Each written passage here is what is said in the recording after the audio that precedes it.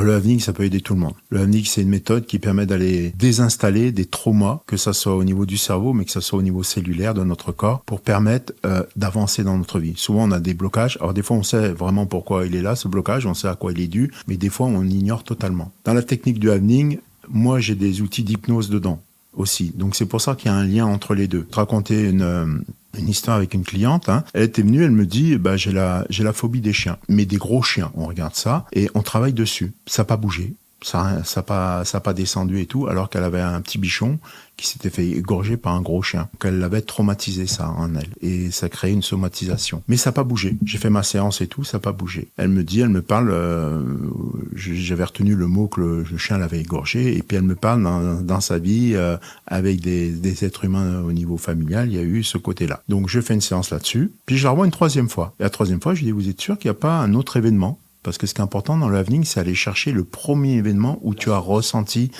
cette problématique. Tu sais, c'est un peu comme le jeu des dominos. Tu vois, quand on installe les dominos, si tu fais tomber au milieu, tu as une moitié qui va tomber. Mais si tu trouves le premier domino, tout va tomber. C'est un peu ce système-là. Donc cette personne, je lui dis, elle me dit non, je vois pas. Puis au bout d'un moment, elle me dit, ah si, il y a eu un truc quand j'étais petite, je devais avoir 8 ans.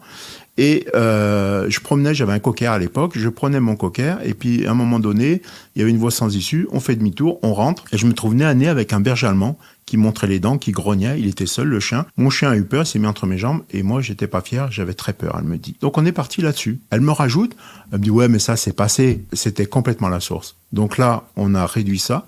J'ai retesté avec la première chose que son chien s'est fait égorger, la phobie des gros chiens, ça n'était plus là. C'était plus installé. Tu vois, il y a ce côté un peu magique.